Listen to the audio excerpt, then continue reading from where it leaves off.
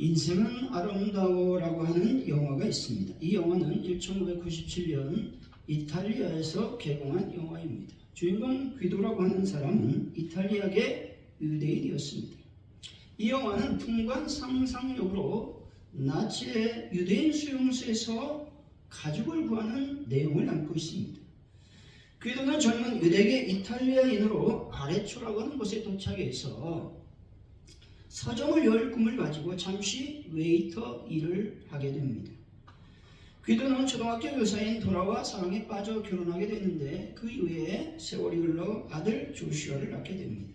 그런데 귀도와 그의 삼촌 조슈아는 조슈아의 생일에 유대인 수용소로 끌려가게 되는 것이죠. 도라라고 하는 이 부인은 독일군 장교에게 가족과 같이 가게 해달라고 요청하게 되고 이것들을 받아들여서 함께 포로가 아닌 함께 동역하게 되는 것이죠. 그의 삼촌이 가스실에서 죽게 되자 귀도는 아들에게 게임을 제안합니다. 최초로 1000점을 따는 사람에게 탱크를 준다고 거짓말을 하게 됩니다. 그러면서 귀도는 조슈아가 울거나 엄마가 보고 싶다거나 배고프다고 하는 등 떼를 쓰거나 말을 듣지 않고 소리를 지르는가 하면 점수가 깎이게 되고 만약 조용히 지내서 나치에게 잡히지 않는다면 1000점을 얻어서 탱크를 받을 수 있다고 약속합니다. 유대인 수용소는 많은 사람들이 죽어갔지만 5살짜리 조슈아는 천진난만함으로 아버지의 이야기를 그대로 믿게 되었다는 것이죠. 귀도는 아들과 함께 영화가 거의 끝나갈 무렵까지 살아남게 됩니다. 하지만 미군이 진격한다는 소문을 듣고 혼란에 빠져 아들을 숨기면서 조금만 더 기다리면 1000점을 얻을 수 있다고 말하면서 잘 숨어 있으라고 말합니다. 아내가 보이지 않자 귀도는 아내를 찾으러 나갔다가 나치에게 총살을 당하고 죽게 되었다는 것이죠. 드디어 조슈아는 미국 탱크가 수용소를 해방하자 자신이 게임에서 승리자가 되었다고 확신하게 됩니다. 조슈아는 엄마 도라를 만나지만 아버지가 죽었다는 사실을 깨닫지 못하게 되는 것이죠.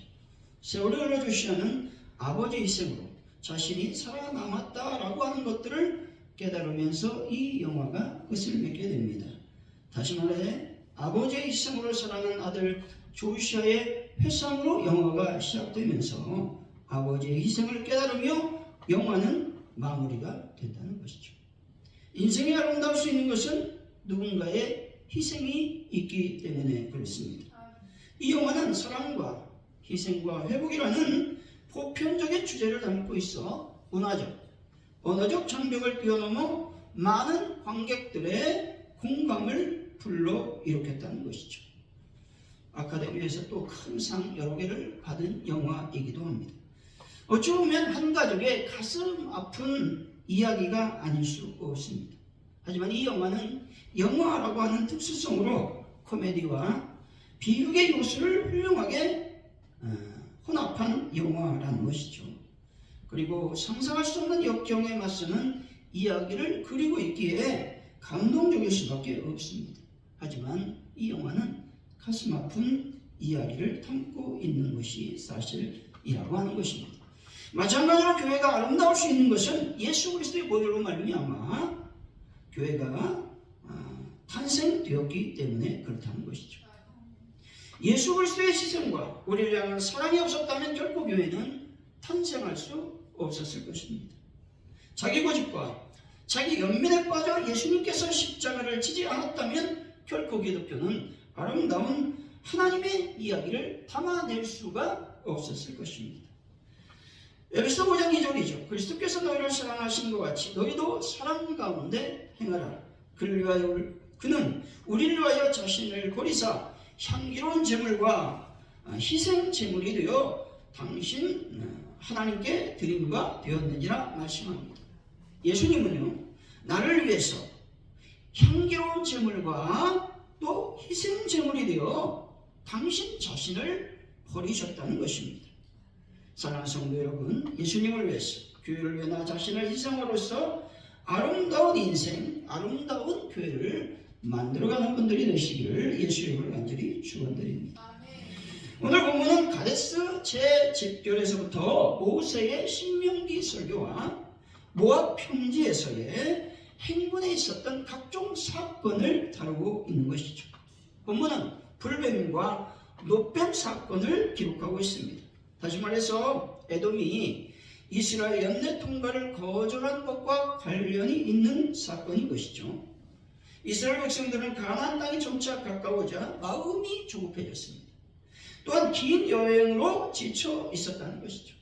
이런 상황에서 에돔이 이스라엘의 영내 통과를 거절하여 가나안으로 가는 편하고 빠른 길 대신에 척박하고 먼 홍해길로 돌아가게 되자 급기야 이스라엘 백성들은 다시금 하나님과 모세를 원망하고 나섰다는 것이죠. 이에 하나님께서는 불뱀을 보내서 그들을 징벌하셨습니다.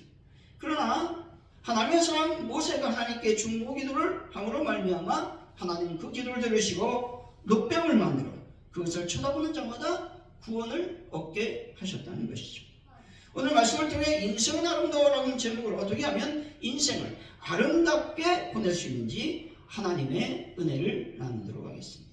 첫째로 인생을 아름답게 보내려면 마음이 상하지 않아야 된다는 것이죠.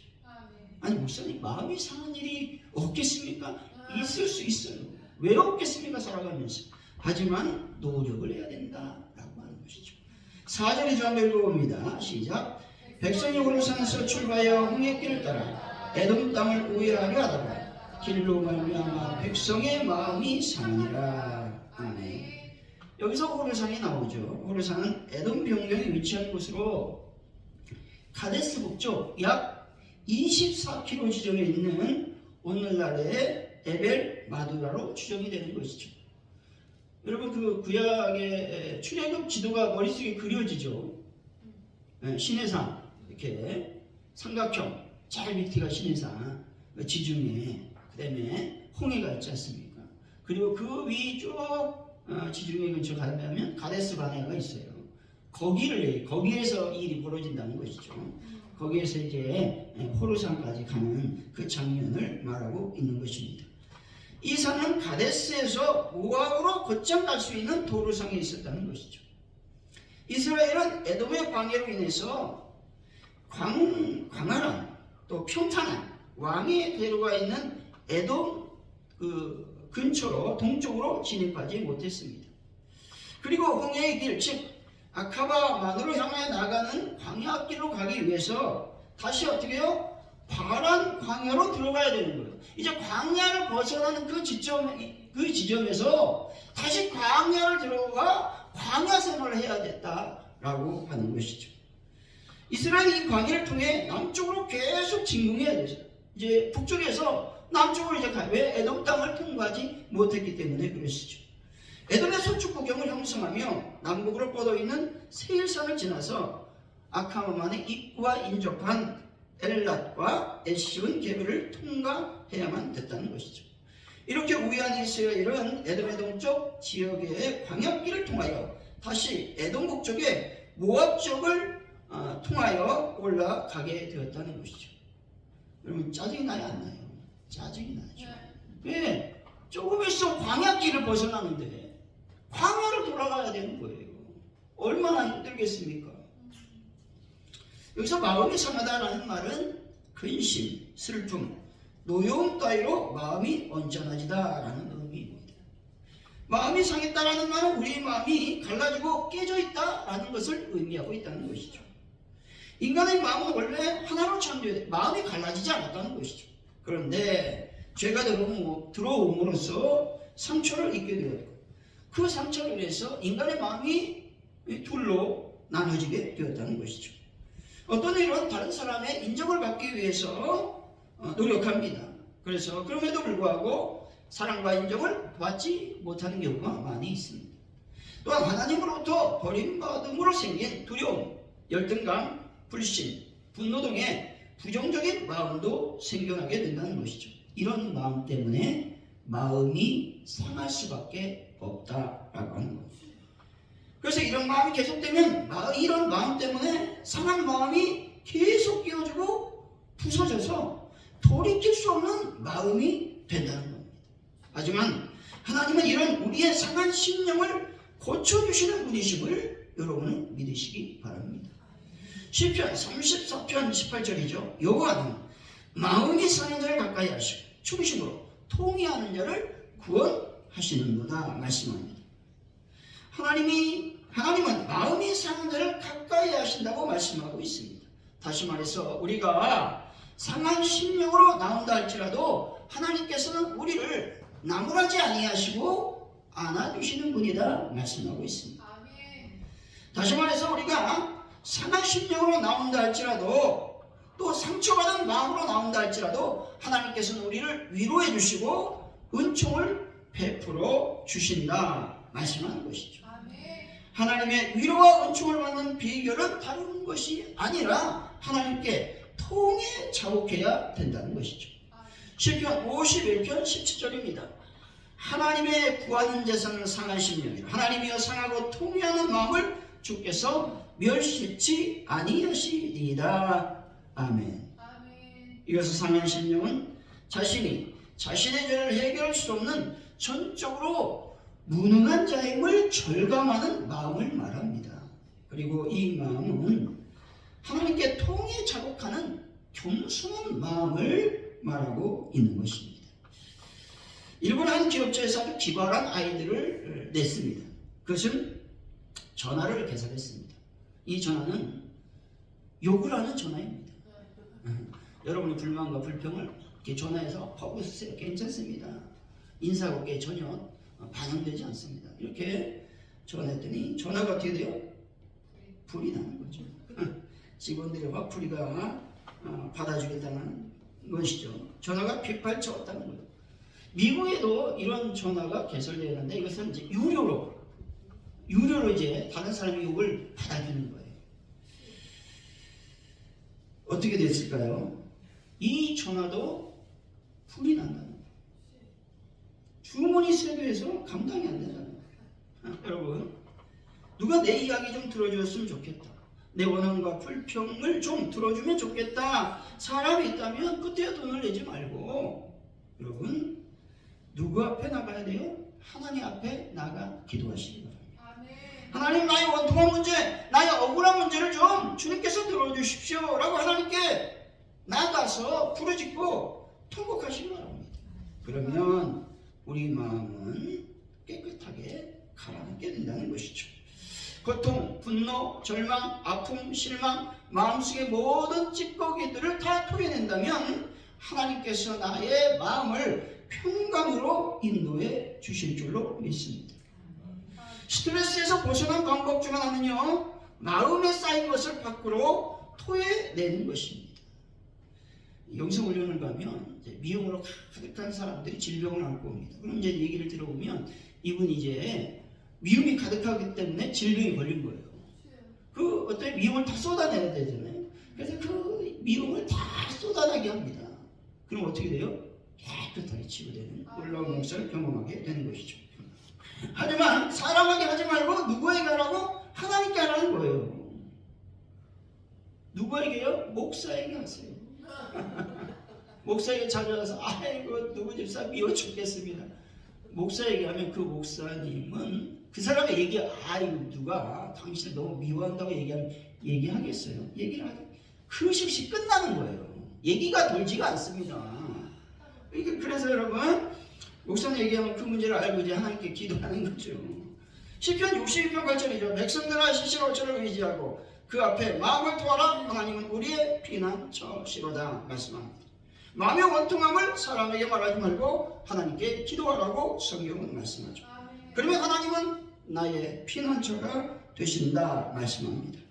사람에게 한다면 결코 그 원통함과 억울함은 해결되지 않고 더 큰 저주로 나에게 다가오게 될 것입니다. 중심으로 통회하는 자는 구원하신다고 말씀하고 있는 것이죠. 구원받았다, 구원하신다라는 말씀은 하나님께서 나의 죄를 용서해 주신다 말씀하고 있죠. 뿐만 아니라 환난에서 구원하시고 고난을 이기고 승리하도록 도와주신다 말씀하고 있죠. 사람의 가짐을 오직 하나님께 나아가 기도하는 분들이 되시기 바랍니다. 그러면 참된 기쁨, 평강, 하나님의 위로가 여러분 위에 임하게 될 것입니다. 사랑하는 성도 여러분, 마음이 무너져 내릴지라도 하나님께 마음의 원통함을 토하심으로 진정한 마음의 평안으로 아름다운 삶을 살아가는 귀한 분들이 되시기를 예수 이름으로 간절히 축원드립니다. 인생이 아름다워지려면 둘째로 원망하지 말아야 된다고 말씀하고 있는 것이죠. 5절이죠. 한번 읽어봅니다. 시작. 백성이 하나님과 모세를 향하여 원망하되 어찌 우리를 애굽에서 인도해내어 이 광야에서 죽게 하는가. 이곳에는 먹을 것도 없고 물도 없도다. 우리 마음이 하찮은 음식을 싫어하노라. 아멘. 아멘. 이스라엘 백성들은 하나님과 모세를 향해서 원망하고 있습니다. 왜냐하면 그 이유는 직선거리로 가나안에 가야 되는데 에돔의 방해로 말미암아 어떻게 해요? 우회해야 됐기 때문에 그렇다라고 하는 것이죠. 홍해길을 따라 에돔을 빙 둘러가야 했기 때문에 그렇습니다. 여러분, 원망이 한번 쏟아지면 어떻게 되느냐? 원망이 계속 흘러나온다는 거예요. 이제 이스라엘 백성이 원망하잖아요. 그럼 두 번째 원망이 나오죠. 왜 애굽에서 우리를 죽게 내버려두지? 왜 우리를 여기까지 데려왔습니까? 원망하는 거죠. 아니, 노예 생활에서 해방시켜줬는데 이게 할 말입니까? 근데 원망이 나오면 어쩔 수 없이 얘기가 나온다는 거예요. 세 번째 원망은 뭐예요? 음식 타박을 합니다. 음식을 먹기 싫다는 거예요. 강하는 물도 없다는 거예요. 먹을 것도 없고 원망하고 불평한다는 것이죠. 하찮은 음식은 우리가 싫어하는 음식이라고 말하죠. 이 하찮은 음식은 뭐예요? 만나를 얘기합니다. 만나. 하나님께서 주신 음식 만나에 대해서 어떻게 말하냐면 악한 것이다. 무시할 만한 것으로 말하고 있는 것이죠. 하나님께서 제공하신 하늘의 음식 만나를 멸시한 백성들의 완악함을 대변하고 있는 말이라고 하는 것이죠. 이 만나는 실제로 세상의 어떤 음식들보다 훌륭한 것으로서 이스라엘이 이것을 처음 대할 때 스스로 어떻게 해요? 이야, 경탄했습니다. 얼마나 맛이 있는지 몰랐다고 얘기했던 음식이 만나라는 것이죠. 이렇게 하늘의 음식을 멸시한 것은 이스라엘 백성이 세속족이 되었다, 폐역한 마음을 갖고 있었다라고 하는 것들을 지금 증명해 주는 것이죠. 이스라엘 백성들이 하고 있는 원망과 불평은 습관적이라고 하는 것이죠. 이런 어려운 상황에 부딪힐 때마다 거의 어김없이 터져나온 원망은 습관적이었다라고 말하고 있습니다. 어느 날 바람이 불고 비가 억수같이 쏟아지자 오래된 낡은 집의 천장이 기울어지기 시작했어요. 이제 그 집에 살고 있는 주인이 이제 밖으로 나와서 하늘을 쳐다보면서 하나님도 넘어가시지, 이렇게 비방을 쏟아 부어서 집이 무너지게 하시다니 나는 이제 어디서 어떻게 살아야 됩니까? 하면서 끊임없이 하나님을 욕을 퍼붓고 원망하며 화를 냈다는 것이죠. 이때 집주인의 원망수를 듣던 이웃이 나와서 그를 위로합니다. 참으세요. 하나님의 뜻이 분명히 있을 것입니다. 이렇게 말했습니다. 그러면 좀 참을 건데 한번 나오면 끊어지지 않습니다. 이게 원망의 비극이라고 하는 것이죠. 그러자 소리를 높여서 이렇게 얘기해요. 너무나도 억울하고 원통하고 분해서 참을 수가 없습니다. 미리 좀 집을 좀 수선해 놓지, 자기가 하지 않고 하나님만 탓하고 하나님께 화를 내고 있다는 것이죠. 그 이웃은 이렇게 또 얘기합니다. 원망하고 낙심하지 마시고 비가 그치면 이제 몫을 좀 불러서 집을 수선하면 아름다운 집이 될 것입니다 라고 말했습니다. 그러나 집주인은 이웃의 충고도 긍정적으로 받아들이지 않았다는 것이죠. 그는 집을 고치기는 그냥 성질을 참지 못하고 계속해서 하나님을 향해 원망과 불만을 쏟아 부었다는 것이죠. 어떻게 됐을까요, 여러분? 집이 다 무너지는 거죠. 그리고 어떻게 해요? 잘못하면 노숙자 신세가 되었을지도 모른다라고 하는 것이죠. 한번 뱉은 원망은 끊어지지 않는다는 것이죠. 원망을 한번 시작하면 멈출 수가 없습니다. 그래서 어떻게 해요? 원망하기 전에 제가 뭐라고 해요? 입을 닫으라는 거예요. 쉽지가 않아요. 깊은 영성이 있어야 됩니다. 왜냐하면 원망은 영혼의 마약이기 때문에 그렇습니다. 사람은 실패를 맛보면 본능적으로 핑계거리를 찾는다는 것이죠. 원망은 일종의 심리적인 도피라는 것이죠. 자신의 실패를 불공평한 대우 때문이라고 해석하고 마음의 위안으로 삼는다는 겁니다. 그런데 원망은 가벼운 상처를 입는 사람들에게 독한 마약 주사를 놓는 꼴이 되는 것이죠. 잠시 통증은 가라앉을 수 있어도 원래 입은 상처보다 훨씬 더 심각한 부작용을 낳게 된다는 것이죠. 이렇듯 원망은 우리 영혼의 치명적인 마약과 같아서 즐거움과 기회를 모두 빼앗아 가는 것이죠. 게다가 원망하는 그 자체로도 굉장한 에너지가 소모된다는 것이죠.